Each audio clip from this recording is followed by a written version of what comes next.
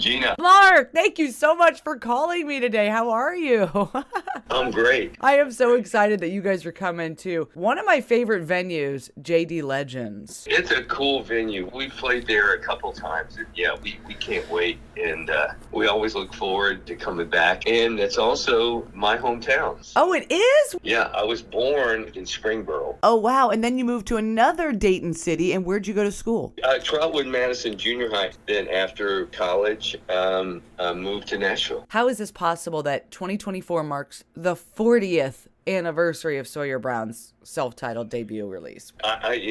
Tell me about it. I'm amazed. Sometimes it seems like it's 80 years, and then sometimes it seems like it was yesterday. Right. It's like sometimes you probably are brought right back to that moment, and then others you're like, holy crap, that was a lifetime ago. The show, this is a part of our 100-city tour, and so we have a documentary that's coming out, a new album, a book, and so all this is a part of the 40-year celebration.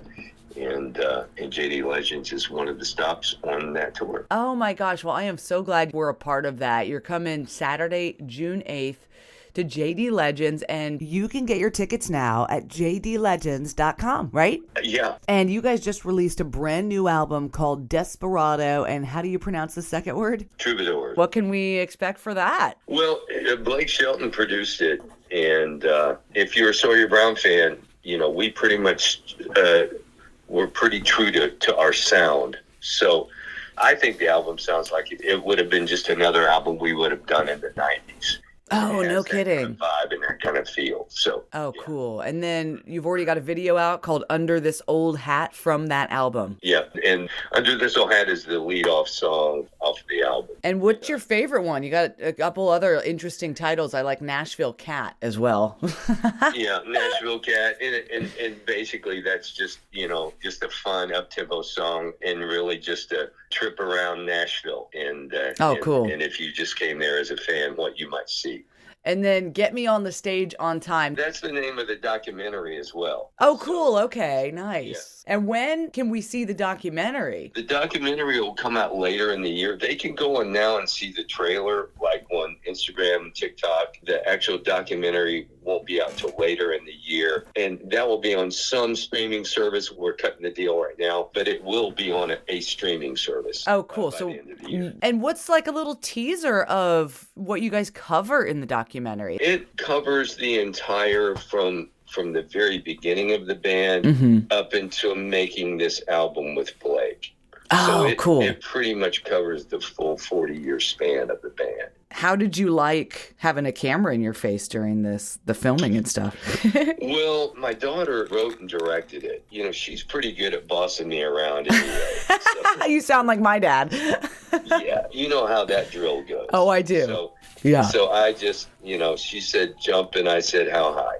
So that's the way that went down. And for the new book, The Boys and Me, My Life in the Country Music Supergroup, Sawyer Brown, you wrote this. Yeah, I had a ghostwriter that wrote this with me. But it pretty much covers, my life story from the time I was little all through, growing up in Ohio and then moving to Florida. And, just some things about early life, that the fans would not know, as well as just how the music ended up sounding like it did by my influences. What propelled you to have the motivation to persevere in this industry? Because it takes a lot. Well, I don't know. I start out the book by just, saying that, we have a vision for our life, and God laughs and says, actually, well, that's all fine and good, but I have a different direction.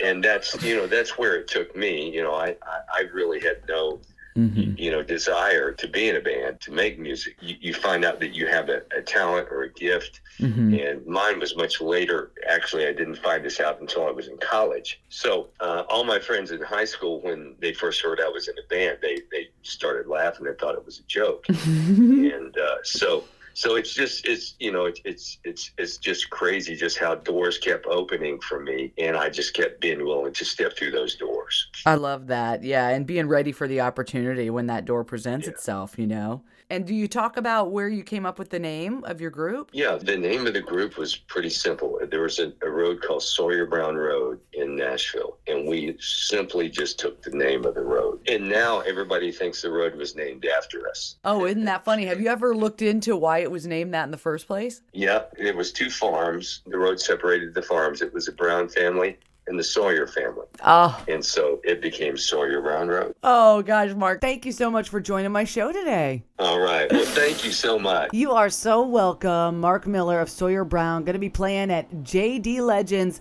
this Saturday, June 8th. Get your tickets now at jdlegends.com. Thank you, Gina.